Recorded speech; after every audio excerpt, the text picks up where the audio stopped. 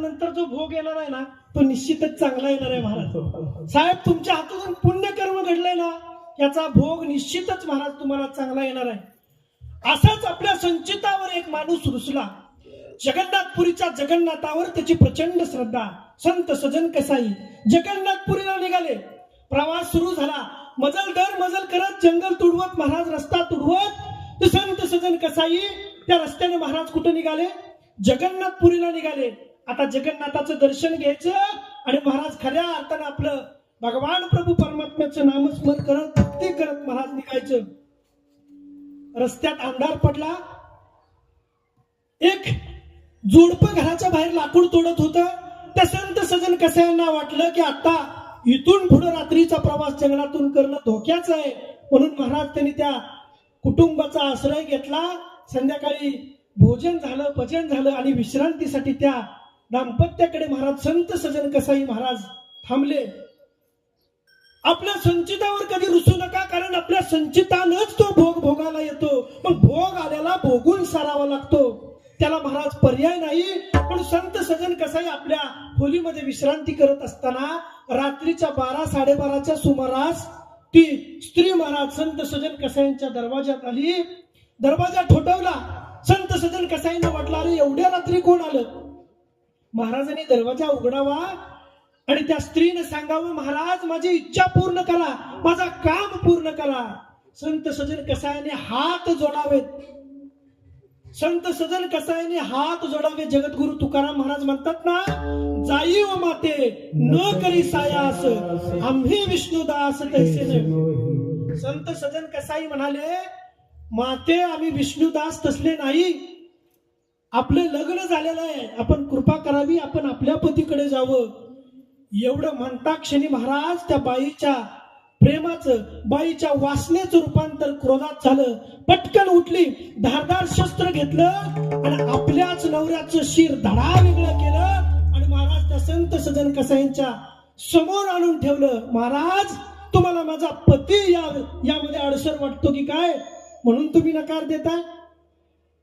आपल्याच पतीचं शिर कापून त्या महाराज स्त्रीनं संत सजन कसाईंच्या पुढे आणून ठेवलं. संत सजन कसाई तरी तयार झाले नाहीत. हात जोडले. आई तुम्ही मला माझ्या मातेसारखे आहात. अरे छत्रपती शिवाजी महाराजांचा हा महाराष्ट्र आहे.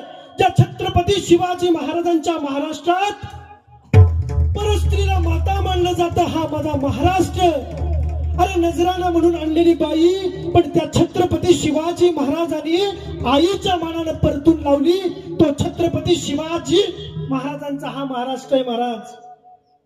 संत सजन कसाईने नकार देताच त्या बाईच्या वासनेचं रूपांतर क्रोधात झालं आणि त्या बाईने कालवा सुरू केला. पालन रचलं आणि सगळ्यांना हाका मारून सांगू लागली रात्री अपरात्री हा माणूस रात्रीचा प्रवास करत होता, पण याला आम्ही विश्रांतीसाठी ठिकाण दिलं, त्यांच्या जेवणाची त्यांच्या राहण्याची सोय केली, पण याच माणसानं माझा घात करावा, माझ्या पतीचं शिर धडा वेगळं केलं आणि माझ्या अतिप्रसंग करू पाहतो. महाराज पंचायत बोलवण्यात आली. संत सजन कसाईंना शिक्षा द्यायची वेळ झाली. संत सजन कसाई काहीच बोलले नाहीत महाराज, कारण त्या बाईनं असं पालन रचलं की सगळ्यांना वाटलं की संत सजन कसाईच दोषी आहेत.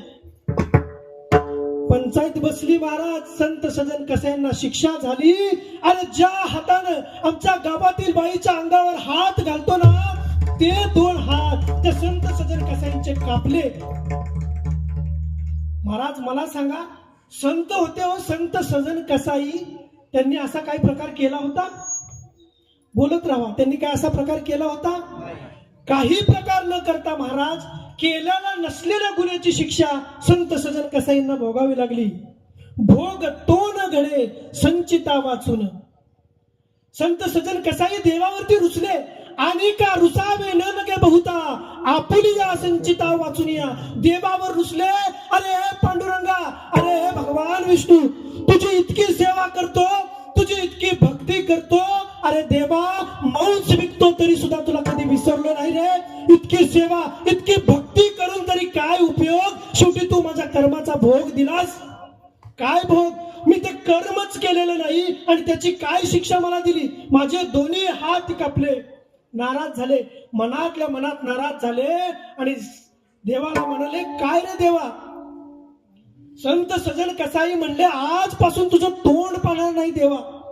पण मनामध्ये भाव येत होता, ज्या देवासाठी माझा विष्णू तसा नाही, माझा भगवान प्रभू परमात्मा तसा नाही, माझा पांडुरंग तसा नाही, आपण जाऊया त्याला याचा जाब विचारूया. म्हणून संत सजन कसाई महाराज तिथून चालत आपले तुटलेले दोन्ही हात घेऊन तसेच महाराज गेले, जगन्नाथपुरीला गेले. जगन्नाथाच्या पुढे उभं राहिले, पण जगन्नाथाच्या डोळ्यात पाहिले नाही महाराज. खाली पाहिलं आणि म्हणाले, तुला गरज असेल तर येशील. भगवान जगन्नाथ प्रकट झाले आणि संत सजन कसाईंच्या पुढे आले महाराज. संत सजन कसाई म्हणाले, देवा, अरे जे कर्म मी केलं नाही त्याची शिक्षा तरी का मला दिलीस. यावर महाराज देवानं संत सजन कसाईंना गोड उत्तर दिले, सजना, अरे हे कर्म तू केलं नाही असं कसं म्हणतोस, हे तर तुझ्या प्रारब्धातलंय. जसं मी मगाशी तुम्हाला सांगितलं की नाही, क्रियामान कर्म म्हणजे आपण चालू असलेलं कर्म.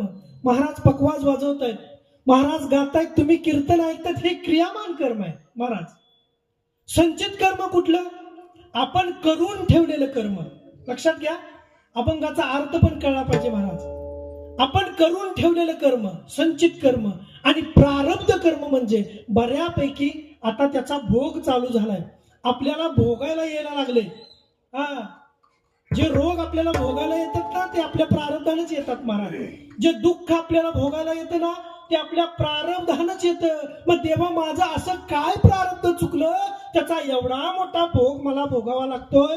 यावर महाराज त्या देवानं काय करावं, संत सजन कसाईंना मागच्या जन्मात न्यावं आणि मागच्या जन्मातलं कथा दाखवावी. एक गाय आपल्या जीवाच्या आकांतानं पळते, एक गाई आपला जीव वाचवण्यासाठी जीवाच्या आकांतानं पळते. आणि महाराज एक कसाई तिच्या पाठीमागे लागला होता. साहेब, ती जी गाई होती मागच्या जन्मातली, ती या जन्मातली बाई होती. आणि तिच्या पाठीमागे लागलेला कसाई होता ना, तो कसाई या जन्मात तिचा नवरा होता. मागच्या जन्मात कसाईनं गाई कापली, या जन्मात त्याच बाईने तिचा नवरा कापला.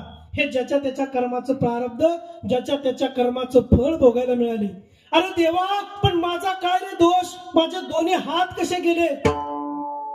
वा. यावर महाराज देवानी पुन्हा सांगितलं, थांब सजना, गडबड करू नकोस, तुझं सुद्धा कर्म ऐक, तुझं सुद्धा प्रारब्ध ऐक. जेव्हा ती काय जीव वाचवण्यासाठी जीवाच्या आकांतानं पळत होती ना, तेव्हा हे जे तुझ्या दोन्ही हाताने त्या गायीला मिठी मारलीस आणि ती गायी त्या कसायाच्या स्वाधीन केलीस. अहो, पण मला काय माहिती तो तिच्या पाठीमागे लागलेला कसाई आहे म्हणून. भगवान प्रभू परमात्मा म्हणाले, तुझ्या हातून घडलेलं हे कर्म आहे आणि ते पाप कर्म आहे, म्हणून तुला त्याची शिक्षा. ज्या दोन्ही हाताने तुझी गायी पकडून दिली ना, ते तुझे दोन हात या जन्मामध्ये तुला कापावे लागले. त्यामुळे महाराज, आपल्या कर्माचा भोग हा आपल्याला भोगूनच सारावा लागतो. अभंगाचं